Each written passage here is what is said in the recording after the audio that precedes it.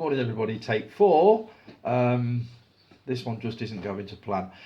This is another one of my little cop-out videos. I've not really had a chance to watch much of anything this week, so I'm just showing off another handful of the Blu-rays that I've got. We'll start with this one.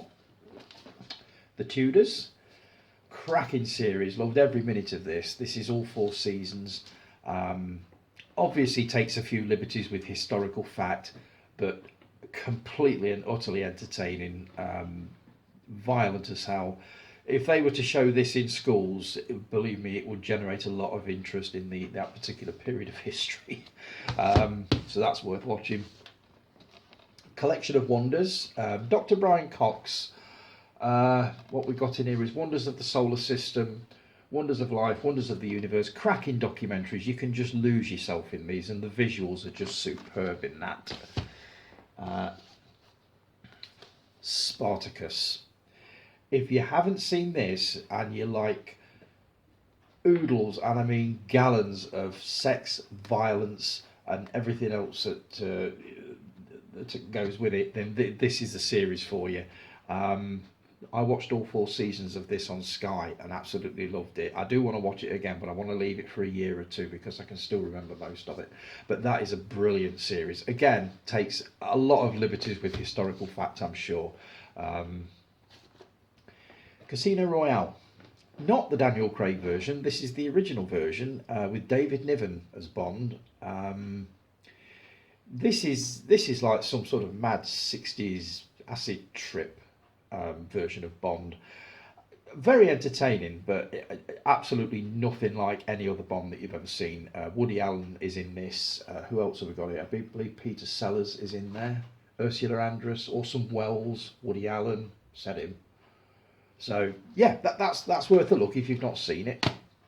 The Mad Max anthology. I loved the first one, absolutely loved it. Saw it back in '79 at Burton Odeon when it came out, and it was groundbreaking stuff. The first 10 minutes, you'd never seen anything like it. It just moved along at breakneck speed. And I believe this has it got all 4? Yes, I believe it's got all 4, including Fury Road. Now, the only one I've actually seen is the first one, and I've meant down the decades to watch the other two, which are Mad Max 2, The Road Warrior, and Beyond Thunderdome, which Tina Turner did the theme for. So I really must watch those, and I've definitely got to watch Fury Road because I didn't realise Tom Hardy was in it. So that's got to be worth a look. Crystal Lake Memories. I imported this from the US. I'm a huge fan of the Friday the 13th movies, and this is basically 3 to 4 hours of documentaries, making of the series, interviews with the stars, the makeup artists, all that sort of thing. This is like the ultimate resource if you do like Friday the 13th. This is where you'll find everything that you need to know about them. Somewhere in Time. Beautiful little film from 1981, I believe. Christopher Reeve and Jane Seymour. It's a nice time travel type adventure. I believe it was originally made as a TV movie, but it did quite well, so they released it theatrically. I've seen this a few times. This is one of my mother's favourite movies. It's absolutely superb. If you've not seen it, please grab a hold of a copy because you will just love it. It's just a nice film, something to put on a Sunday afternoon when there's nothing else on. I might even bang that on later because I've not seen it for so long. Back to Clint again. Every Which Way But Loose and Every Which Way You Can. I believe I've seen one of these. Can't remember which one it is.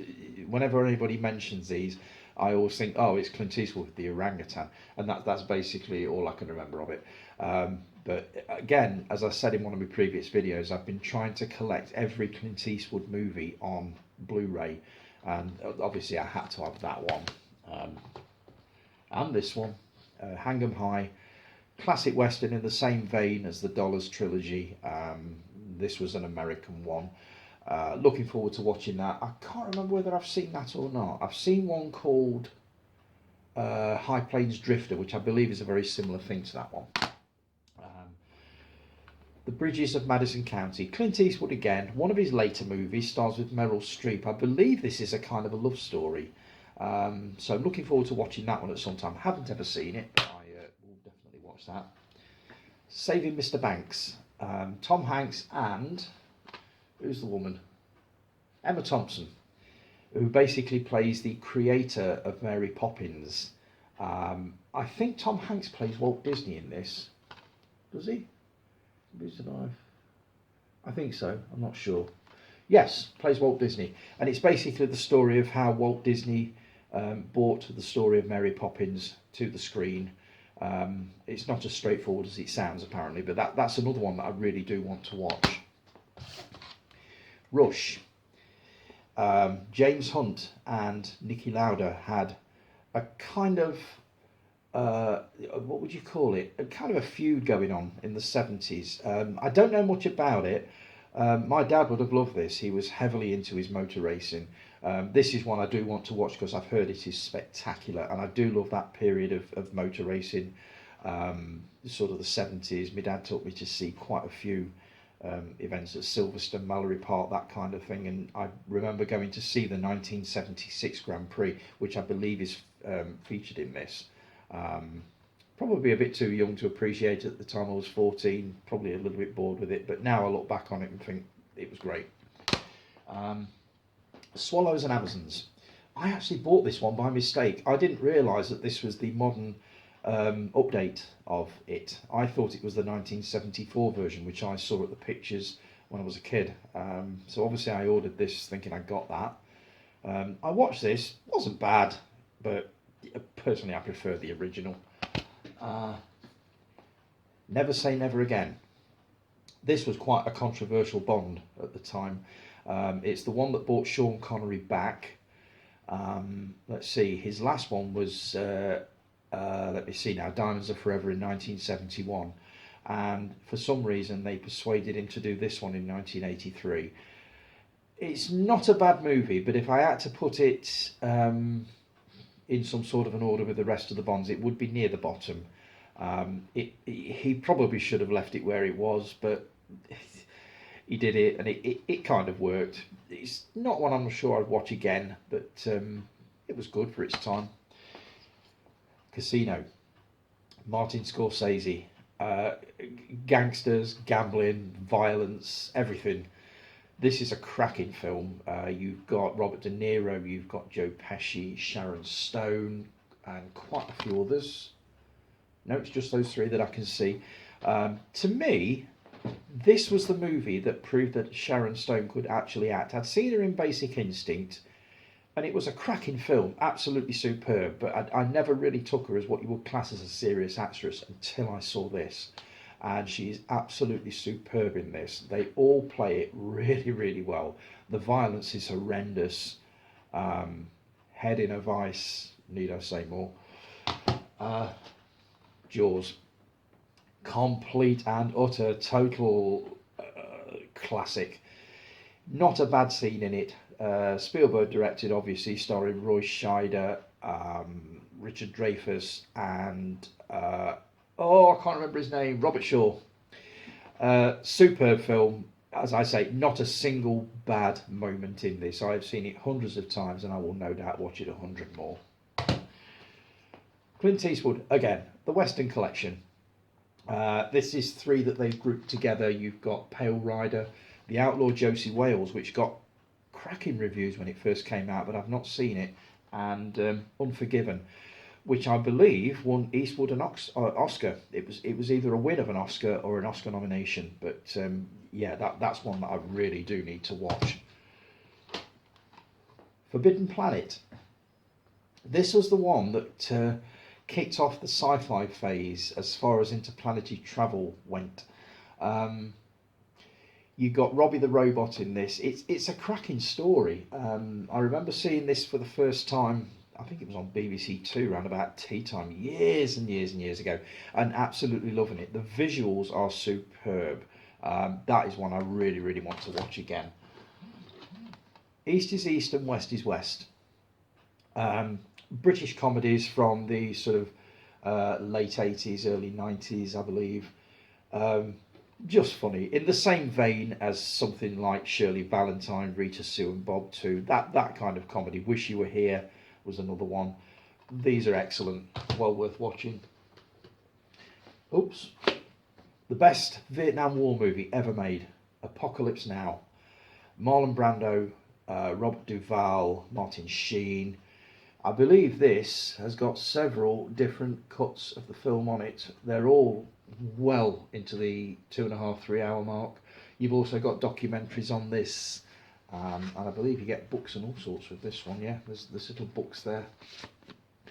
It doesn't get much better than this if you're looking for a Vietnam movie. There were a lot around at the time, including Platoon, Full Metal Jacket, Hamburger Hill, but this one stands head and shoulders above all of those.